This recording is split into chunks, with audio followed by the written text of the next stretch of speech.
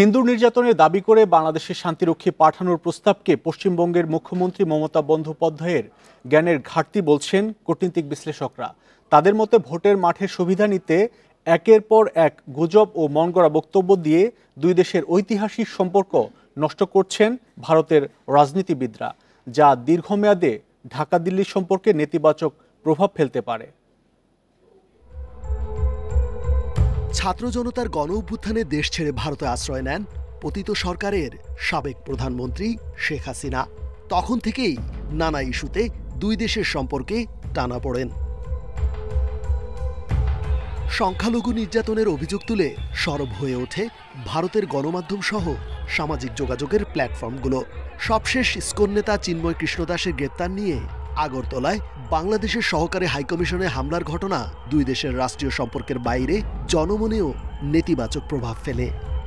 আজ আমরা চোখের সামনে দেখতে পাচ্ছি লাইভ টেলিভিশনে ভারত নীতিতে বাংলাদেশের দৃঢ় অবস্থানে নাখোশ মোদী সরকারের নেতারা। তারা বিজেপি নিয়ন্ত্রিত গণমাধ্যমে একের পর এক বিষেধগার করছেন ঢাকার বিরুদ্ধে।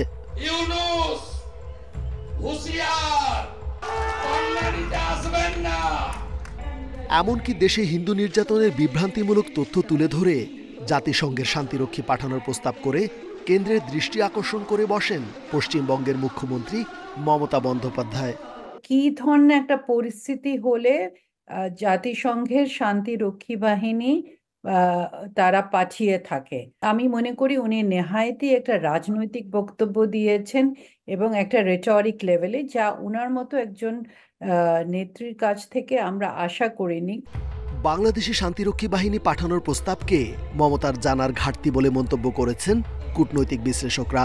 মমতা ব্যানার্জি আসলে এই প্রক্রিয়াটা সম্পর্কে খুব বেশি ওয়াকেবহাল হয়তো নয়, কারণ যে কোনো দেশের শান্তিরক্ষী পাঠাতে হলে জাতিসংঘ নিরাপত্তা পরিষদের 5 পার্মানেন্ট সদস্য যারা আছেন তাদের মধ্যে মতৈক্য থাকতে হয়। বাংলাদেশের অভ্যন্তরীণ বিষয়ে ভারতের হস্তক্ষেপকে নজিরবিহীন বলে মনে করছেন বিশ্লেষকরা।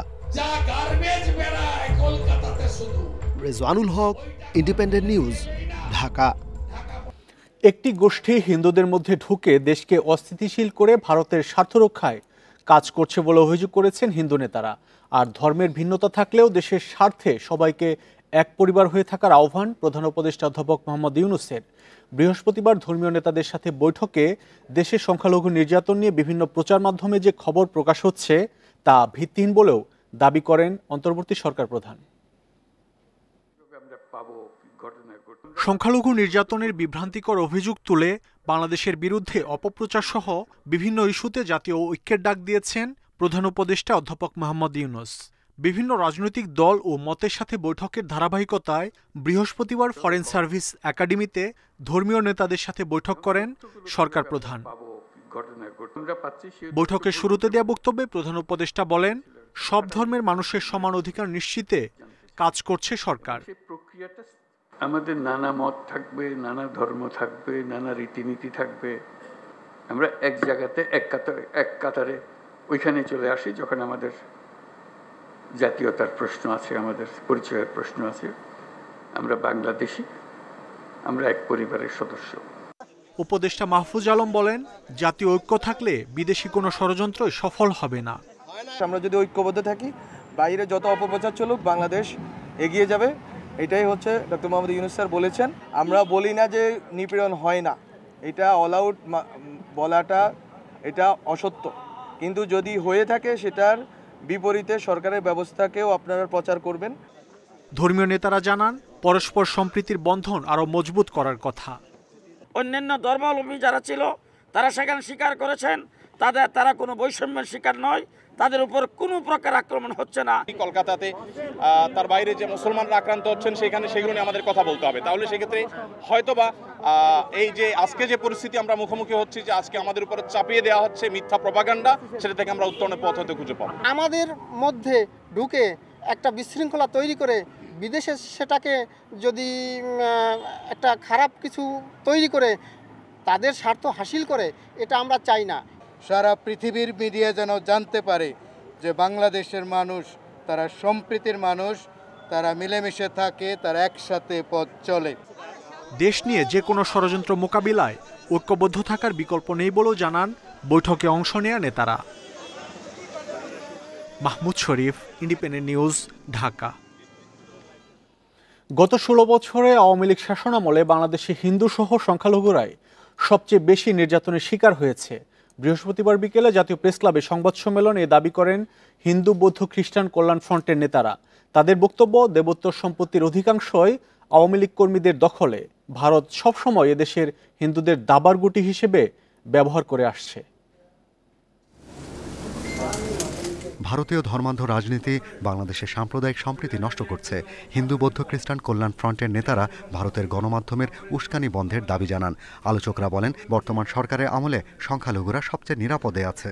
বিগত সরকারের আমলে আওয়ামী সন্ত্রাসীদের মদদে মন্দির পোড়ানো হয়েছে, অথচ এর কোনো সুষ্ঠু তদন্ত তারা করেনি। দেবোত্তর সম্পত্তি অধিকাংশ আওয়ামী কর্মীদের অবৈধ দখলে। মন্দির ভাঙচুর, নারী নির্যাতনের নেতৃত্বদানকারী 98% আওয়ামী নেতাকর্মী। বাংলাদেশে যত মন্দির পুরানো হয়েছে তার 100% পুড়িয়েছে আওয়ামী সন্ত্রাসীরা। এমনকি আওয়ামী সাংসদের নেতৃত্বে ইন্ধনে হিন্দু বাড়িঘর পুরানো হয়েছে।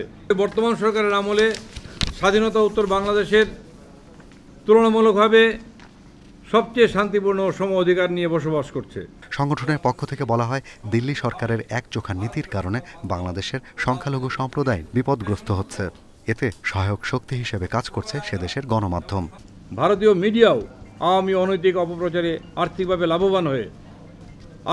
লাভবান হয়ে সম্পৃক্ত হয়, যা অত্যন্ত নিন্দনীয়।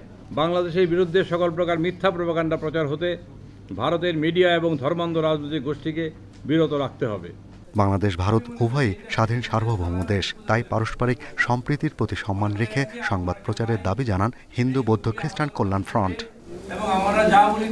Shahriar Anirban, independent news, Dhaka.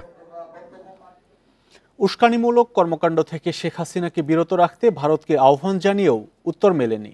বৃহস্পতিবার বিকেলে পররাষ্ট্র মন্ত্রণালয়ের সাপ্তাহিক ব্রিফিংয়ে কথা জানান দপ্তরের মুখপাত্র। তিনি বলেন, আগামী সোমবার ঢাকা দিল্লি পররাষ্ট্র সচিব পর্যায়ের বৈঠকে সীমান্ত সংকট, পানি বণ্টন, বাণিজ্য সহ স্বার্থ সংশ্লিষ্ট বিভিন্ন বিষয়ে আলোচনা হবে। গণ অভ্যুত্থানের মুখে দেশ ছেড়ে দিল্লিতে আশ্রয় নেন পতিত সরকারের সাবেক প্রধানমন্ত্রী শেখ হাসিনা। সেখান থেকে নানা সময় তার কিছু অডিও বার্তা ও কথোপকথনে আপত্তি জানিয়ে ঢাকার ভারতীয় হাইকমিশনে চিঠি দেয় অন্তর্বর্তী সরকার। এতে শেখ হাসিনাকে উস্কানিমূলক কর্মকাণ্ড থেকে বিরত রাখতে ভারতকে আহ্বান জানানো হয়। তবে এর উত্তর এখনো পায়নি ঢাকা। আমরা ইনস্ট্রাকশন পেয়েছি কিনা, আমার জানা মতে এখন পর্যন্ত আমাদের কাছে ইনস্ট্রাকশন আসেনি। কিভাবে এটা ফ্যাসিলিটেটেড হচ্ছে এটা আসলে আমার বক্তব্য দেওয়ার বিষয় না। এটা উনি ভারতে আছেন, ভারত সরকার কিভাবে এটা হ্যান্ডেল করছে এটা তারাই ভালো বলতে পারবে।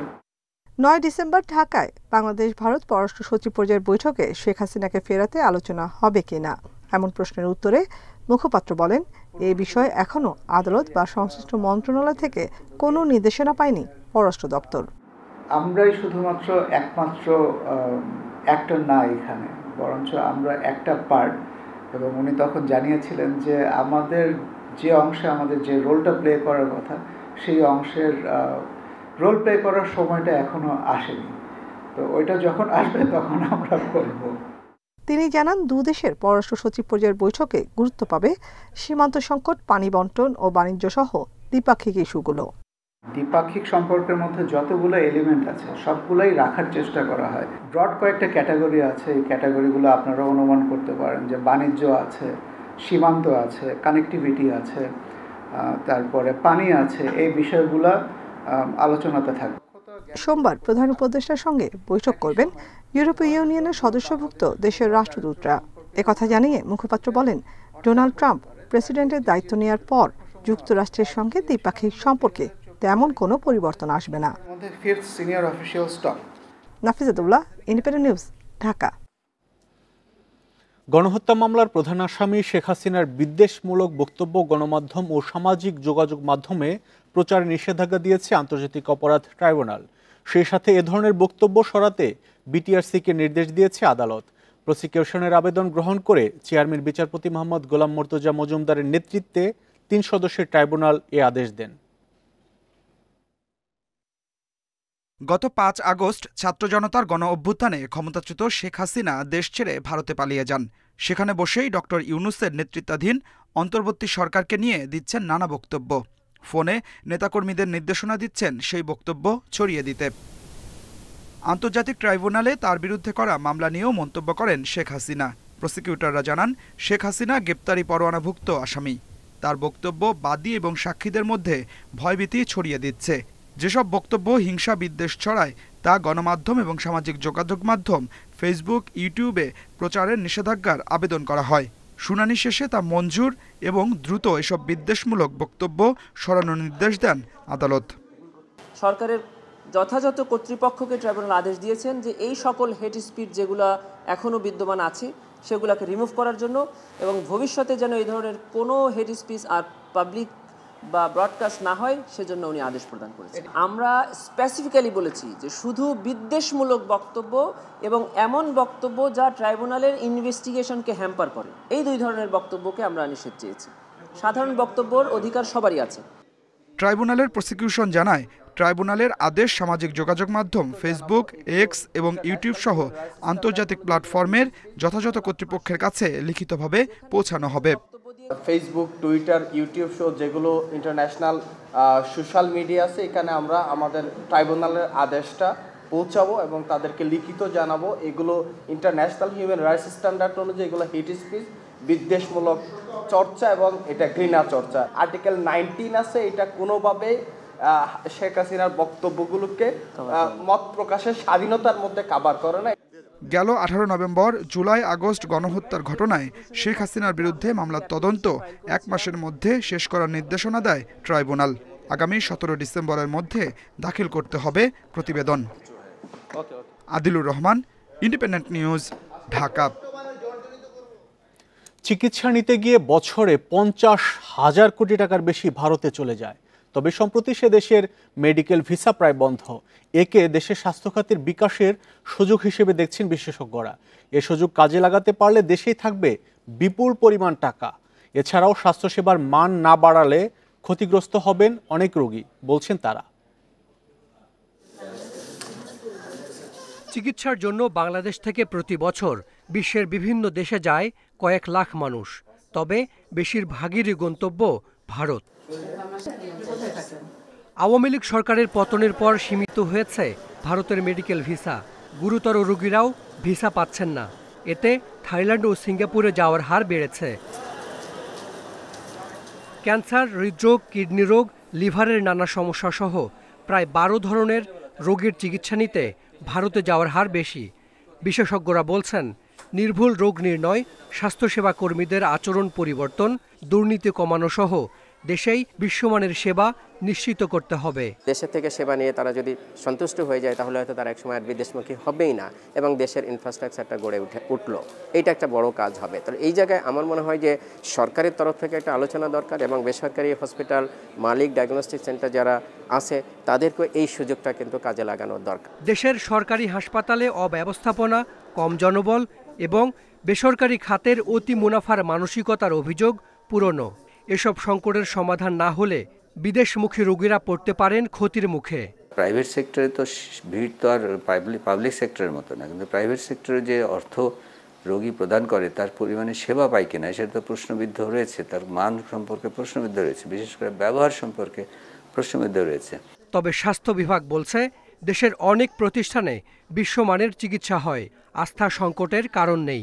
এই যে ভারতের থেকে আমাদের চিকিৎসা সেবা কোনো অবস্থাতেই কম না। যেসব রোগী আমরা ভারতে যাই, আমরা আশা করে ফিডব্যাক নেই যে তারা কি চিকিৎসা দিল এবং আমরা কি দিয়েছি, আমি খুব একটা পার্থক্য পাই না। বিশ্বমানের চিকিৎসা সেবা নিশ্চিতে রাজধানীর শাহবাগে নির্মাণ করা হয়েছে সুপার স্পেশালাইজড হাসপাতাল।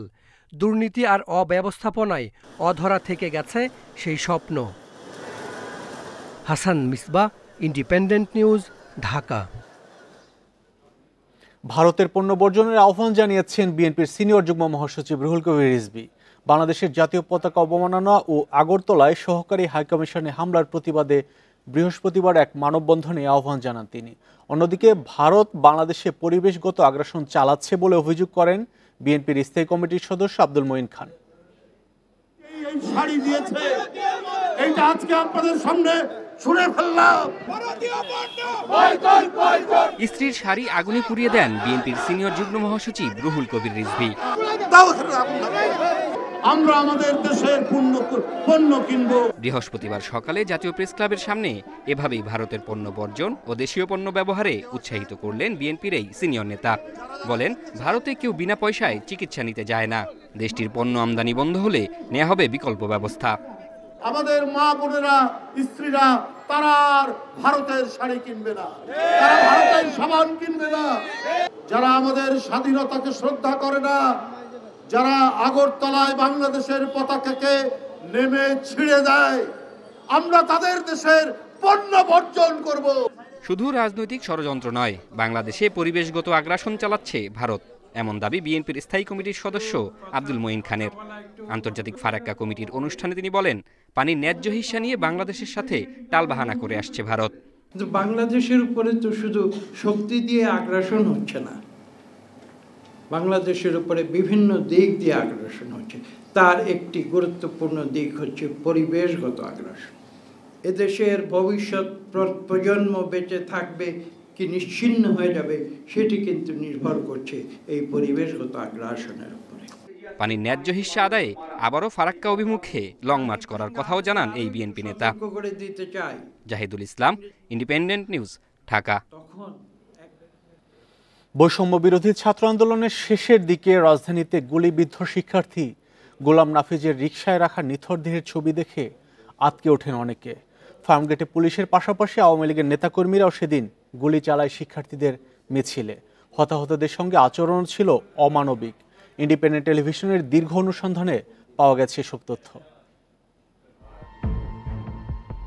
4 আগস্ট ফার্মগেট আলরাজি হাসপাতালের দৃশ্য এটি। পথে নানা বাধা পেরিয়ে রিকশায় নাফিজকে আনা হয় এখানে। ঠিক এই জায়গাটিতে নাফিজকে নিয়ে এসেছিলেন রিকশা চালক নূর মোহাম্মদ। তখন তাকে এই হাসপাতালটিতে কোনোভাবেই প্রবেশ করতে দেয়নি। তখনকার আওয়ামী লীগের নেতাকর্মীরা নাফিজকে লাঠি দিয়ে খুঁচিয়ে খুঁচিয়ে শিবির কর্মী বলে আখ্যা দিয়েছেন। তখনকার আমরা কয়েকজন সংবাদকর্মী এখানে ছিলাম, পুরো বিষয়টিকে প্রত্যক্ষ করেছি। ধারণা করা হয় যদি ঠিক সময়ে নাফিজকে হাসপাতালে নেওয়া যেত তখন তাকে বাঁচানো যেত। গুলিবিদ্ধ নাফিসের দেহটি প্রথমে ফুটওভারের নিচে রাস্তায় পড়েছিল অনেকক্ষণ, পরে পুলিশ নিথর দেহটিকে তুলে দেয় এক রিকশায়। এই সময় নাফিসকে একটু নড়াচড়া দেখে বিরক্ত হয়ে পুলিশ আবারও তাকে গুলি করতে চায়। তাড়াতাড়ি যা, আরেক পুলিশ গুলি করে দেবো, আরেক পুলিশ আরো দুই তিনটা গুলি করে দেয়। মুহূর্তে ভাইরাল হওয়া সাড়া জাগানো সেই ছবিটি তুলতে গিয়ে পুলিশ ও দলীয় নেতাকর্মীদের হাতে নির্যাতিত হন চিত্র সাংবাদিকরাও। তো পুলিশের কথা হচ্ছে যে আপনি ওইখানে যাইতেই পারবেন না, আপনি এখান থেকে চলে যাইতে হবে। খুবই এগ্রেসিভ মুভমেন্ট ডাক দিল, রাজু নামে একজন ফটোগ্রাফার, ওরেও ডাক দিল। তো ডাক দিলেও ওর সাথে আমি কথা বলতেছি, আমাকে হাত দিয়ে দিতে বললাম যে ভাই আমি এই ছবি তুলি নাই। তখন যেটা করলো, আমার ক্যামেরাও চেক করলো। আমি ছবি তুলতে তুলতে আগে যাচ্ছিলাম, ভয়াবহ গালিগালাজ শুরু করলো, এই ক্যামেরাতে কাট দে, ক্যামেরা ভেঙে ফেলবো, এই করবো সেই করবো। একজন এসে আমার কলার ধরলো, ধরে আমাকে লাথি শুরু করলো। অনুসন্ধান বলছে সেদিন শিক্ষার্থীদের আন্দোলন দমনে গুলি চালানোর নেতৃত্ব দিয়েছিলেন পুলিশের তেজগাঁও জোনের ট্রাফিকের এডিসি তোয়াসির জাহান বাবু। এখন তিনি কর্মরত আছেন কক্সবাজারে। তখন তো আপনি তেজগাঁও জোনের হ্যাঁ, কিন্তু তখন তো আপনি নেতৃত্ব দিয়েছেন। তখন আমি তো কোনো কিছু নেতৃত্ব দেইনি। এখন আপনার সাথে তো আর্গুমেন্ট করা আমার কাজ না ভাই। তখন তো আমি দেখেছি, আমার কাছে ফুটেজ আছে। আপনার কাছে ফুটেজ থাকলে তো আমার কিছু করার নেই, আপনি আপনার মতো নিউজ করেন ভাই। নেতৃত্ব দানকারী আরেকজন পুলিশ কর্মকর্তাকে দেখা গেলেও পরিচয় শনাক্ত করা যাচ্ছে না। পুলিশের সঙ্গে সেদিন তেজগাঁও ওয়ার্ডের আওয়ামী লীগের নেতা আনোয়ার হোসেন রিপন, তেজগাঁও ট্রাক স্ট্যান্ডের নেতা মাগুরার জসিম দলবল নিয়ে শিক্ষার্থীদের উপর হামলা চালায়। হামলা করতে দেখা গেছে তেজগাঁও কলেজের ছাত্রলীগের যুগ্ম আহ্বায়ক রিয়াজ হোসেন রকি ও ছাত্রলীগের সদস্য পালসার আরিফকেও। তাদের সঙ্গে ছিল এক নেতাকর্মী, সবাই এখন পলাতক। বুকের মাঝে গুলি করে আমার নাফিসের নাকটা ভেঙে ফেলছে। এই কান্না নাফিসের মায়ের। সন্তান হারানোর 4 মাস পরেও নিজেকে ঠিক রাখতে পারছেন না তিনি। এখন শুধু নিজের সন্তানই নয়, গণ অভ্যুত্থানের সকল হত্যাকাণ্ডের বিচার দাবি তার। আমাদের সরকারও ভাবছিল যে রক্তের উপরে দাঁড়ায় এই প্রশাসন হাতে রাখবো। আল্লাহ তাআলা সবাইকে উত্তন পতন দিছে, কিন্তু নাফিসের মতন অসংখ্য নাফিস দুনিয়া থেকে ওদের মাকে যে কি জ্বালা দিয়ে গেছে বাবারে। সেদিন ফার্মগেটে গুলিবর্ষণের ঘটনায় শুধুমাত্র আলরাজি হাসপাতালে চিকিৎসা নেন 22 জন, নিহত হন 4 জনেরও বেশি। Mohammad Omar Faruk, independent news, Dhaka. নাটোরে চিকিৎসার খরচ বহন করতে না পেরে মানবেতর জীবনযাপন করছে জুলাই গণঅভ্যুত্থানের অধিকাংশ আহতরা। শুরুতে আহতরা সরকারি ও ব্যক্তিগত খরচে চিকিৎসা করালেও অর্থ সংকটে অনেকে বন্ধ করে দিয়েছেন চিকিৎসা। তবে আহতের চিকিৎসায় সহায়তা দেওয়ার আশ্বাস দিয়েছেন জেলা প্রশাসক। নাটোর সদরের লক্ষ্মীপুর খলাবাড়িয়ার ইসমাইল হোসেনের ছেলে সাব্বির হোসেন রাজধানীতে একটি বেসরকারি কোম্পানিতে চাকরি করতেন তিনি। বৈষম্য বিরোধী আন্দোলনে অংশ নিয়ে গত 17 জুলাই বাসায় ফেরার পথে দুজন পুলিশ তাকে লক্ষ্য করে রাবার বুলেট ছোড়ে। এ সময় একটি বুলেটে তার এক চোখ নষ্ট হয়ে যায়। চোখের চিকিৎসায় অনেক টাকা খরচ হলেও এখন পর্যন্ত পাননি কোনো সহায়তা। তার চোখের চিকিৎসা করাতে হলে এখন যেতে হবে বিদেশে। বর্তমানে আমি বেকার। আজকে আমার আব্বু আম্মু দেখতেছে আমাকে, কালকে তো আর দেখবে কিনা এটা সন্দেহ, গ্যারান্টি নেই, তাই না? এখন আমি বর্তমানে বেকার, তারপরে আমি আবার এক চোখে দেখি না। যেখানে কাজ করতাম আমার এই চোখের এই অবস্থা শোনার পর থেকে ওইখানে আর কাজে নিবে না, মানা করে দিছে। শুধু সাব্বির নয়, স্বৈরাচার পতনের আন্দোলনে আহতদের অনেকে প্রাথমিক চিকিৎসা পেলেও অর্থের অভাবে চিকিৎসার ফলো আপ করতে পারছেন না। অর্থের অভাবে আমি এখন ঢাকায় যাব, মানে সেই পরিবেশটাও আমার এখন নাই। এ পর্যন্ত এসে কেউ আমার কোনো রকম খোঁজ খবর নেয় নাই, কেউ এসে বলে নাই যে তোমার কি অবস্থা। অনেকেই আছেন যারা অর্থনৈতিকভাবে দুর্বল, চিকিৎসা করতে পারেন না, একটা মেডিসিন পর্যন্ত কিনে খাইতে পারেন না, এই অবস্থাও আছে। আহতদের চিকিৎসায় সব রকম সহায়তা দেওয়ার আশ্বাস দিয়েছে জেলা প্রশাসন। এই বিষয়ে যে তালিকা প্রস্তুত করা হয়েছে ইতিমধ্যে, যে আহত এবং নিহতর পরিবারের সব রকমের সহায়তা করার জন্য জেলা প্রশাসন নাটোর সহযোগিতা করে যাবে। যে আহত হয়েছে তাদের চিকিৎসা দ্রুত আরোগ্য লাভের জন্য আমরা সর্বোচ্চ চেষ্টা করব। নাটোরে বৈষম্য বিরোধী ছাত্র আন্দোলনে 8 জন শহীদ ও 81 জন আহত হয়েছেন। Independent news. পুরোদমে এগিয়ে চলছে দেশের প্রথম পাতাল মেট্রো রেলের নির্মাণ কাজ। ইতিমধ্যে বিমানবন্দর থেকে কমলাপুর পর্যন্ত এ রুটের ডিপো নির্মাণের কাজ শেষ হয়েছে 85%। প্রক্রিয়াধীন রয়েছে অন্যান্য কাজের দরপত্র আহ্বানের কার্যক্রম। কর্তৃপক্ষের আশা 2028 সালের মধ্যেই যাত্রী চলাচল শুরু করা যাবে পাতাল রেলে। বিমানবন্দর থেকে কমলাপুর পর্যন্ত 31.24 কিলোমিটার দীর্ঘ এমআরটি লাইন 1 হচ্ছে প্রথম ভূগর্ভস্থ মেট্রো রেল। 19.87 কিলোমিটার দীর্ঘ বিমানবন্দর রুটে বিমানবন্দর, খিলক্ষেত, নতুন বাজার, রামপুরা, মালিবাগ, রাজারবাগ, কমলাপুর পর্যন্ত 12টি স্টেশন হবে। পূর্বাচল রুটে 11.36 কিলোমিটার দীর্ঘ উড়াল পথে নতুন বাজার, নর্দা, জোয়ার সাহারা, পিতলগঞ্জ ডিপো পর্যন্ত একটি ভূগর্ভস্থ সহ 9টি স্টেশন থাকবে। মোট 12টি প্যাকেজে করা হচ্ছে এমআরটি 1-এর কাজ। প্রথম ধাপে নারায়ণগঞ্জের পিতলগঞ্জে ডিপোর জন্য জমি অধিগ্রহণ শেষে মাটি ভরাটের কাজ প্রায় শেষ। অবকাঠামো, পিলার, রেল লাইন সহ অন্যান্য কাজের পরিকল্পনাও এগিয়ে চলেছে।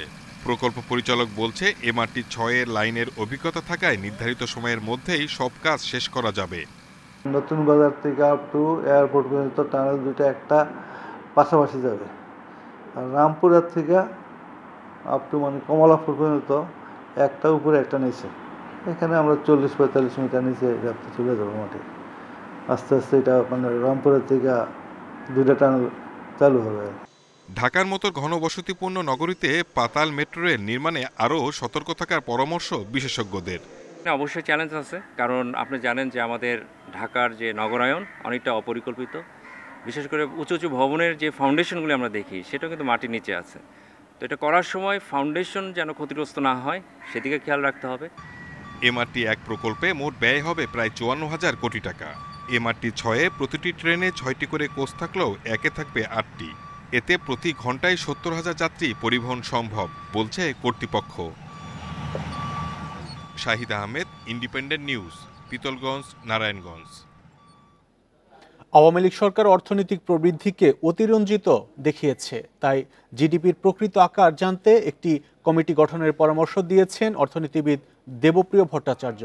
বৃহস্পতিবার রাজধানীর একটি হোটেলে কসমস ফাউন্ডেশন আয়োজিত মতবিনিময় সভায় তিনি বলেন, জাতীয় উন্নয়নের নির্ভরযোগ্য তথ্য উপাত্ত নিশ্চিতে পরিসংখ্যান প্রতিষ্ঠানকে স্বাধীন কমিশনে রূপান্তর করতে হবে। গত 15 বছরের বেশিরভাগ সময় উচ্চ প্রবৃদ্ধির হিসাবে দেশের অর্থনীতির আকার ছাড়িয়েছে $450 বিলিয়ন। কিন্তু অর্থনীতিবিদরা প্রবৃদ্ধির সঙ্গে বেসরকারি বিনিয়োগ, কর্মসংস্থানের মতো সংশ্লিষ্ট সূচকের ভারসাম্য খুঁজে পাননি। শ্বেতপত্র কমিটিও দেখেছে রাজনৈতিক সুবিধা পেতে উন্নয়নকে অতিরঞ্জিত করা হয়েছে। এসব বিবেচনায় দেশের অর্থনীতির প্রকৃত আকার বের করা জরুরি বলে মনে করছেন বিশেষজ্ঞরা। আমাদের যে উন্নয়ন পরিসংখ্যান আছে তাকে আরেকটি আধুনিক এবং একটা বৈজ্ঞানিক ভিত্তির উপর দাঁড় করাতে হবে। যেমন করে আমাদের কর্ম কমিশন আছে, এই রকম একটি কমিশন করে প্রধানমন্ত্রী রাষ্ট্রপতির কাছে নিয়ে সংসদের কাছে জবাবদিহি করার একটা সুরক্ষার কথা আমরা প্রস্তাব করেছি। সরকারি কেনাকাটা ও প্রকল্পে 40% অর্থ লোপাট হয়েছে বলে মনে করেন আলোচকরা। আর এজন্য ইজিপি পদ্ধতি আরও স্বচ্ছ করতে হবে। টেকসই উন্নয়ন নিশ্চিতে ব্যাংক খাত, বিদ্যুৎ জ্বালানি, সামাজিক কর্মসূচি, গ্রামীণ শিক্ষা ব্যবস্থায় আমূল সংস্কার দরকার। জনগণের করের টাকায় ভর্তুকি কমাতে রাষ্ট্রায়ত্ত নাজুক শিল্পগুলো বেসরকারি খাতে ছেড়ে দেওয়ার পরামর্শও দেন বক্তারা। আওয়ামী সরকার জনপ্রশাসনে কর্মকর্তাদের সুযোগ সুবিধা ব্যাপকভাবে বাড়িয়েছে। এভাবে তাদের নীরব সমর্থন আদায় করে রেখে শাসনকাল দীর্ঘায়িত করেছে। এখন কার্যকর পরিকল্পনা নিতে হবে যে জনগণের অর্থে কত বড় জনপ্রশাসন বহাল রাখব। আমার মতে সরকারি চাকরিতে দক্ষতা, পেশাদারিত্ব বাড়াতে চুক্তিভিত্তিক নিয়োগও হতে পারে। মতবিনিময়ে বলা হয়, প্রবাসী আয়ের উপর ভর করেই অনেকদিন ধরেই মন্দা এড়িয়ে চলছে অর্থনীতি। এমন অবস্থায় এলডিসি উত্তরণের চ্যালেঞ্জ মোকাবিলায় রপ্তানি পণ্য ও বাজারে বৈচিত্র্য আনতে গুরুত্ব দেন বিশ্লেষকরা। Hari Saha, independent news, Dhaka. পুঁজিবাজারে শেয়ার কারসাজির সঙ্গে জড়িত থাকার অভিযোগে বিভিন্ন ব্যক্তি ও প্রতিষ্ঠানকে 134 কোটি 55 লাখ টাকা জরিমানা করেছে পুঁজিবাজার নিয়ন্ত্রণ সংস্থা বিএসইসি। বৃহস্পতিবার বিএসইসির 934তম কমিশন সভায় এই সিদ্ধান্ত হয়। পরে এক সংবাদ বিজ্ঞপ্তিতে বলা হয়, ফরচুন সুজের শেয়ার কারসাজির সঙ্গে জড়িত থাকার অভিযোগে 6 ব্যক্তি ও প্রতিষ্ঠানকে 77 কোটি 21 লাখ টাকা জরিমানা করা হয়। এছাড়া ডেল্টা লাইফে কারসাজির জন্য 8 ব্যক্তি ও প্রতিষ্ঠানকে 49 কোটি 85 লাখ টাকা সহ এনআরবি কমার্শিয়াল ব্যাংকের শেয়ার কারসাজি করায় 8 জনকে 6 কোটি 72 লাখ টাকা জরিমানা করা হয়। এর মধ্যে সবচেয়ে বেশি জরিমানা করা হয় কারসাজিতে আলোচিত ব্যক্তি আবুল খায়ের হিরোকে।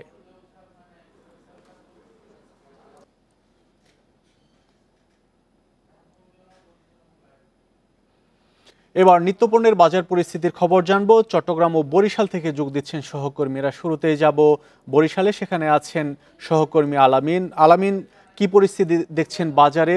গত সপ্তাহের তুলনায় এই সপ্তাহে বাজারে কোন কোন পণ্যের দাম ওঠানামা করেছে?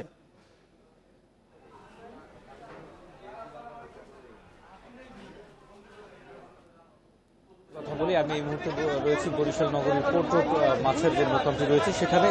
বরিশালে কিন্তু প্রতি সপ্তাহে আমরা দেখছি যে আসলে মাছের দাম বৃদ্ধি পাচ্ছে। এই সপ্তাহে কিন্তু 20 টাকা পর্যন্ত বেড়েছে প্রতিটি মাছের দাম। এর পাশাপাশি যেটি দেখেছি যে ইলিশের সরবরাহ কিন্তু একেবারেই কম, যার ফলে কিন্তু ঘেরে চাষ করা যে মাছগুলো রয়েছে সেই মাছের কিন্তু বেশ সরবরাহ রয়েছে এবং সরবরাহ থাকার পরেও কিন্তু আসলে বাজারে বেশ চড়া দামে কিন্তু মাছ বিক্রি হচ্ছে। এবং ক্রেতারা যেটি বলছেন যে প্রতি সপ্তাহে যখন তারা বাজারে আসেন তখনই দেখেন যে আসলে 10 থেকে 20 টাকা পর্যন্ত মাছের দাম বৃদ্ধি পায়। সেক্ষেত্রে আজকে আমরা যেটি দেখেছি যে মাগুর মাছ 180 টাকা কেজি দরে বিক্রি হচ্ছে, তেলাপিয়া মাছ 180 থেকে 220 টাকা এবং কই মাছ বিক্রি হচ্ছে 250 টাকা, রুই মাছ 400 টাকা, কাতল মাছ 400 টাকা, চিংড়ি 700 থেকে 1200 টাকা পর্যন্ত বিক্রি হচ্ছে।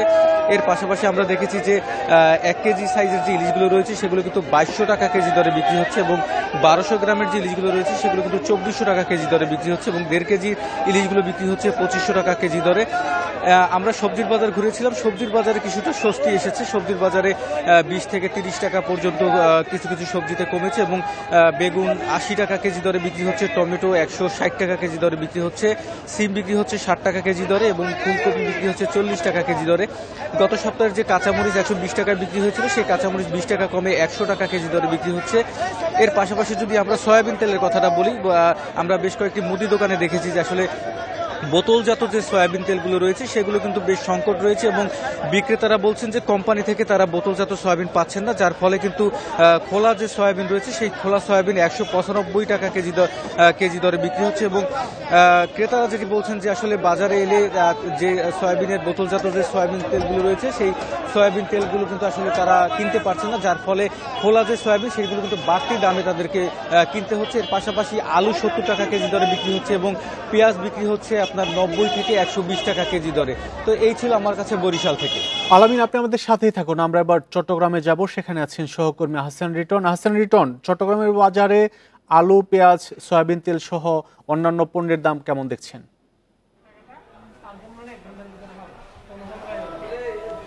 দেখুন, আমরা আসলে এই মুহূর্তে চট্টগ্রামের কাজীদেউরি বাজারে আছি। আমরা যেটি দেখছি সেটি হচ্ছে গত সপ্তাহের তুলনায় যে সবজির দাম সেটি আসলে এখন অনেকটাই কমতির দিকে। বিক্রেতা যারা রয়েছেন তারা বলছেন যে আসলে দেশের নানা জায়গা থেকে বাহারি রঙের সবজি আসছে, ফলে পর্যাপ্ত সবজি আসার কারণে বাজারে এখন অনেকটাই পরিস্থিতি অনেকটাই নিয়ন্ত্রণে আসছে বলে তারা মনে করছেন। এবং আমরা যেটি দেখেছি গত সপ্তাহ তুলনায় এই সপ্তাহে বেশ কিছু সবজি 10 থেকে 20 টাকা পর্যন্ত কমেছে। এবং আমরা যদি গত 10 থেকে 12 দিনের একটি পরিসংখ্যান দিই, সেক্ষেত্রে আমরা দেখছি কোনো সবজির দাম 50 থেকে 60 টাকা পর্যন্ত বিক্রি হচ্ছে। আমরা একটু বলতে চাই যে নতুন আলু এই মুহূর্তে বিক্রি হচ্ছে 100 থেকে 120 টাকা। পুরনো যে আলু সেটি আসলে 70 টাকাতে এখনো পর্যন্ত মিলছে, সেটির আসলে দাম খুব উঠানামা করছে না। টমেটো আমরা দেখেছি গত কয়েকদিন আগেও টমেটো বিক্রি হচ্ছিল 160 টাকা, সেটি এখন 120 টাকায় বিক্রি হচ্ছে। ফুলকপি 60 টাকা, মূলা 50 টাকা, অর্থাৎ প্রতিটি সবজির দাম এখন বলা যেতে পারে যে আগের তুলনায় অনেকটা কম এবং বিক্রেতারা মনে করছেন সরবরাহ যদি ভালো থাকে তাহলে সামনের দাম আরও কমবে। আমরা একটু মুরগির দাম নিয়ে আমরা প্রতি সপ্তাহে একটু একটা বেসামাল পরিস্থিতিতে পড়েন লোকজন। আমরা আজকে দেখছি গত সপ্তাহে যে দামে মুরগি বিক্রি হয়েছিল, বিশেষ করে দেশি মুরগি এবং সোনালী মুরগি দুটি দাম গত সপ্তাহে যা বিক্রি হয়েছিল সে একই দামে বিক্রি হচ্ছে। তবে ব্রয়লার মুরগি 180 টাকা ছিল গত সপ্তাহে, সেটি 5 টাকা কমে এই সপ্তাহে 175 টাকা বিক্রি হচ্ছে। এছাড়া ডিমও আগে দামে বিক্রি হচ্ছে। তবে সয়াবিন তেলের একটি বিষয় আপনি জানেন যে আসলে বেশ কিছুদিন ধরে চট্টগ্রামে বোতলজাত যে সয়াবিন তেল সেটি বাজার নেই বললেই চলে। আমরা বিক্রেতাদের সাথে কথা বলছি, তারা যেটি বলছে সেটি হচ্ছে 5 আগস্টের পর থেকে দেশের অনেকগুলো সয়াবিন তেলের কারখানা বন্ধ হয়ে গেছে সংগত কারণে। বিভিন্ন কোম্পানি থেকে তাদেরকে আসলে বোতলজাত যে সয়াবিন তেল সেটি সরবরাহ বলা যেতে পারে বন্ধ রয়েছে। ফলত সয়াবিন তেলের বোতলজাত যে সয়াবিন রয়েছে সেটির যাদের কাছে মিলছে তারাও বাড়তি দামে বিক্রি করছেন। এর বাইরে খোলা যে সয়াবিন তেল সেটির দিকে যদি যান তাহলে দেখা যাবে যে গত কয়েকদিনের তুলনায় সেই দামটি আরও বেড়েছে। তো সবকিছু মিলিয়ে বলা যায় যে সবজির দাম, তেল এবং চিনির দাম যদি বাড়ে, কিন্তু মুরগির দাম এবং সবজির দাম অনেকটাই নাগালের মধ্যে আছে। এ হচ্ছে চট্টগ্রাম থেকে আমার কাছে সাপ্তাহিক বাজার দরের খবর। নিত্যপণ্যের বাজার পরিস্থিতির খবর চট্টগ্রাম এবং বরিশাল থেকে জানাচ্ছিলেন আমাদের সহকর্মীরা। কুমিল্লা আখাউড়া এলাকায় শতাধিক অরক্ষিত লেভেল ক্রসিংয়ে গত 8 বছরে মৃত্যু হয়েছে 400 মানুষের। জনবসতি বাড়ায় রেললাইনের ওপর দিয়ে নতুন সড়ক নির্মাণ হলেও সেসব লেভেল ক্রসিংয়ে নেই গেট বা গেটম্যান। এই কারণে ট্রেনের সাথে যানবাহনের সংঘর্ষে প্রতিনিয়তই ঘটছে দুর্ঘটনা ও প্রাণহানি। দ্রুত এসব লেভেল ক্রসিং সুরক্ষিত করার দাবি এলাকাবাসীর। পূর্বাঞ্চল রেলের কুমিল্লা লাকসাম এলাকার 172 কিলোমিটার রেলপথে অনুমোদনহীন লেভেল ক্রসিং 116টি। গত 8 বছরে এসব অরক্ষিত লেভেল ক্রসিংয়ে দুর্ঘটনায় প্রাণ গেছে 4 শতাধিক মানুষের। সম্প্রতি বুড়িচংয়ের কালিকাপুরে এলজিইডির সড়কের লেভেল ক্রসিংয়ে অটোরিকশায় ট্রেনের ধাক্কায় মৃত্যু হয় 7 জনের। এলাকার মানুষের জোর দাবি সত্ত্বেও লেভেল ক্রসিংগুলোর নিরাপত্তায় কোনো পদক্ষেপ নেওয়া হয়নি। অনেক সময় অনেকে ব্যাকহেলের জন্য প্রায় অ্যাক্সিডেন্ট ঘটে থাকে, তাই একটি এখানে যদি গেট দেওয়া হয় তাহলে আমরা মনে করি আমাদের এলাকাবাসীর উপকৃত হবে। রেল কর্তৃপক্ষ বলছে লাইনের উপর দিয়ে এসব সড়ক নির্মাণ ও লেভেল ক্রসিং অনুমোদনহীন। অনুমতি না নিয়ে এই যত্রতত্র রাস্তা না করার জন্য, এবং আমরা এটাও বলছি যে যদি করার প্রয়োজন হয় তাহলে ওভারপাস বা আন্ডারপাস চাইলে আমরা সেটা করে দেব। এলজিইডির কর্মকর্তারা দ্রুত সময়ে জটিলতা নিরসনের কথা বললেও এ পর্যন্ত কোনো সমাধান আসেনি। আমরা রেল কর্তৃপক্ষের কাছ থেকে এনওসি নিয়ে আমরা সড়কগুলো পাকা করে থাকি। লেভেল ক্রসিংয়ে ওইখানে গেটম্যান রাখা সেটা আমার মনে হয় যে রেল কর্তৃপক্ষেরই এটা দায় দায়িত্ব নেওয়া উচিত। দুর্ঘটনা ও প্রাণহানি এড়াতে লাল ফিতার জটিলতা কাটিয়ে অগ্রাধিকার ভিত্তিতে লেভেল ক্রসিংগুলোতে গেট নির্মাণ এবং গেটম্যান নিয়োগের সুপারিশ করেছে জেলা প্রশাসন। গ্রামীণ রাস্তা যেহেতু তাদের স্পিডটা যাতে ডাউন হয় সেই ধরনের রাস্তাকে আমরা স্পিড ব্রেকার বাড়ানোর চেষ্টা করব। গেটম্যান সহ এখানে ব্যারিয়ার দেওয়ার জন্য আমরা রেল কর্তৃপক্ষের কাছে প্রাথমিকভাবে আমরা সেটা উপদেশ দিয়েছি। ঢাকা চট্টগ্রাম ডাবল লাইন রেলপথে বেড়েছে ট্রেনের গতি, পাশাপাশি জনবহুল এলাকায় নতুন সড়ক নির্মাণ করায় বেড়েছে লেভেল ক্রসিংয়ে যানবাহনের সংখ্যা। এসব কারণে অনিরাপদ রেল গেটগুলোতে বাড়ছে দুর্ঘটনা। Independent news. নির্মল বায়ু ও ক্লিন সিটির তকমা হারানোর ঝুঁকিতে রাজশাহী নগরী। নগরীর 6টি পয়েন্টে নমুনা পরীক্ষা করে বাতাসে নির্ধারিত মাত্রার চেয়ে দ্বিগুণ ধূলিকণা পাওয়া গেছে। বিশেষজ্ঞরা বলছেন, বায়ু দূষণ নিয়ন্ত্রণ আইন অনুসরণ না করা হলে পরিস্থিতির আরও অবনতি হবে। মাসখানেক আগেও রাজশাহী সিটি কর্পোরেশন থেকে মেডিকেল পর্যন্ত সড়কে ছাতিম গাছের ফুলের সুবাস পেয়েছে নগরবাসী। সেই ছাতিম, কাঠগোলাপ ও রঙন গাছের পাতা এখন ধূসর ধুলার স্তরে। সড়ক সংস্কার, 5টি স্থানে রেলওয়ে ওভারপাস নির্মাণ সহ উন্নয়ন প্রকল্পের কাজের সঙ্গে শুষ্ক মৌসুমে নগরীতে পাল্লা দিয়ে বাড়ছে ধুলা।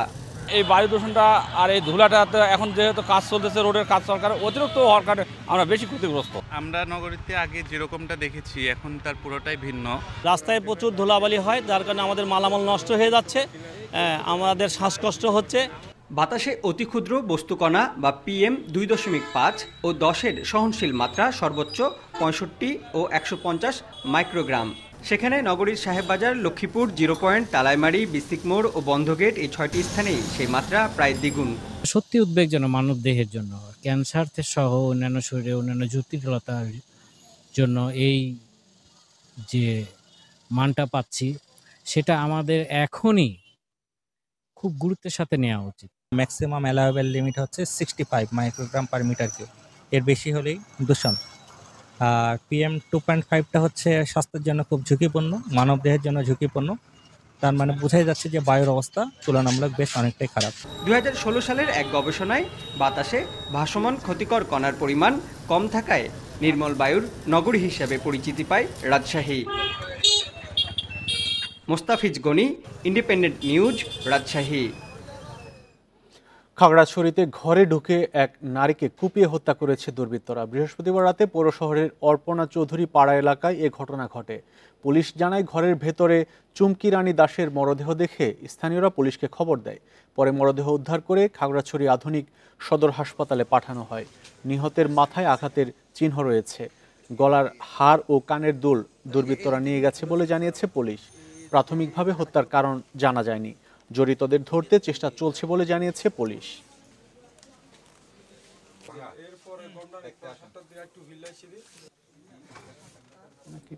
কীর্তন খোলা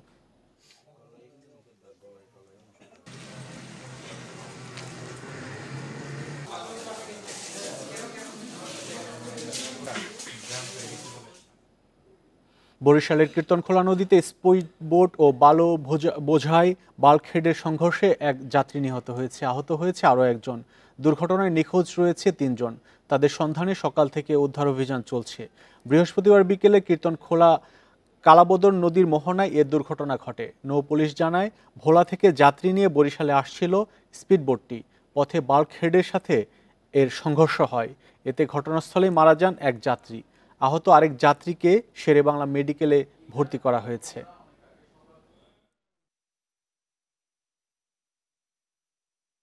দুর্ঘটনায় 5 জন তারা সাঁতরে পাড়ে ওঠে। স্থানীয় লোকজনের মাধ্যমে 2 জন হাসপাতালে আসলে একজন মারা যান আর একজন আহত অবস্থায় চিকিৎসাধীন আছেন। বাদ বাকি 4-5 জন এখনও নিখোঁজ আছে।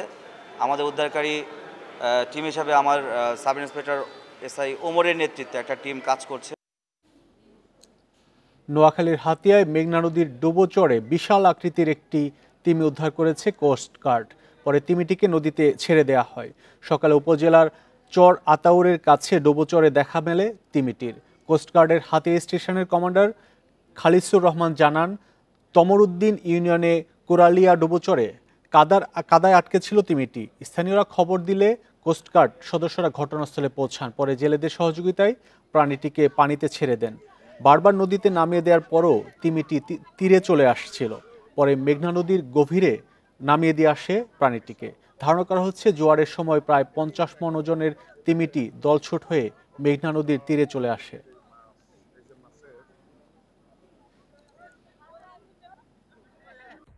বনভূমি উজাড় করে সামাজিক বনায়ন করায় আশ্রয়হীন হয়ে পড়েছে চশমা পরা হনুমান সহ বিভিন্ন প্রাণী। International union for conservation of নেচারের তথ্য মতে বিশেষ প্রজাতির এই হনুমানটি বাংলাদেশে মহাবিপন্নের কাতারে চলে গেছে। বনে পর্যাপ্ত খাবার না পেয়ে হানা দিচ্ছে লোকালয়ে। খাগড়াছড়ির রামগড় পৌর শহরের বিভিন্ন এলাকায় দেখা মিলছে দুর্লভ প্রজাতির চশমা পরা হনুমান। কয়েক বছর ধরে দেবারপাড়, জগন্নাথপাড়, গর্জনতলী এলাকায় বিচরণ তাদের। স্থানীয়রা বলছেন খাদ্যের অভাবে লোকালয়ে হানা দিচ্ছে চশমা পরা হনুমান। বর্তমানে 20 থেকে 25টি হনুমান রয়েছে দলটিতে। নির্বিচারে বন উজাড় এবং খাদ্য সংকটের কারণে তারা লোকালয়ে আসছে এবং লোকালয়ে মানুষের সাথে একটা সাংঘর্ষিক একটা পর্যায়ে চলে যাচ্ছে তাদের। সদস্য সংখ্যা ছিল 13-14টির মতো, যা এখন বেড়ে দাঁড়িয়েছে 20-25-এ। অবশ্য এখানে বৈদ্যুতিক তারে জড়িয়ে 2-3টির মতো মারাও গেছে। বনভূমি উজাড় করে সামাজিক বনায়ন করায় চশমা পরা হনুমান সহ বিভিন্ন প্রাণীর আবাসন ও খাদ্য সংকটে ভুগছে বলে মনে করছেন পরিবেশবাদীরা। হাজার হাজার একর ধরে কাঁচাবা চাষ হচ্ছে, আনারস চাষ হচ্ছে, সেগুন গাছ লাগানো হচ্ছে, তা এছাড়া হচ্ছে পাম গাছ, রাবার গাছ। এইসবের কারণে যেটা আমরা দেখতে পাই যে বন্য প্রাণীগুলো তাদের খাবার হারাচ্ছে, প্রাকৃতিক যে খাবারগুলো তারা পেত সেগুলো পাচ্ছে না। বন্যপ্রাণীর সুরক্ষায় বন বিভাগের কোনো বরাদ্দ নেই জানিয়ে বন বিভাগ বলছে বন্যপ্রাণী রক্ষায় সচেতনতা বাড়াতে কাজ চলছে। স্থানীয় জনগোষ্ঠীর মধ্যে আমরা যেন এই ওয়াইল্ড লাইফকে আমাদের প্রকৃতির সাথে প্রাকৃতিক সৌন্দর্য রক্ষা করার জন্য, প্রকৃতি থেকে যেন হারিয়ে না যায়, এই জন্য আমরা রক্ষা করার জন্য স্থানীয় জনগোষ্ঠীর মধ্যে আমরা সচেতনতা সৃষ্টির চেষ্টা চালিয়ে যাচ্ছি। International union for conservation of nature চশমা পরা হনুমানকে 2015 সালে বাংলাদেশে মহাবিপন্ন প্রাণী হিসেবে অন্তর্ভুক্ত করেছে। Independent news. এই ছিল বিরতিহীন সংবাদ সকালে। ইন্ডিপেন্ডেন্ট টেলিভিশনের সব খবর বিস্তারিত জানতে চোখ রাখুন ইউটিউব, ফেসবুক এবং এক্সে। এতক্ষণ সাথে থাকার জন্য ধন্যবাদ সবাইকে।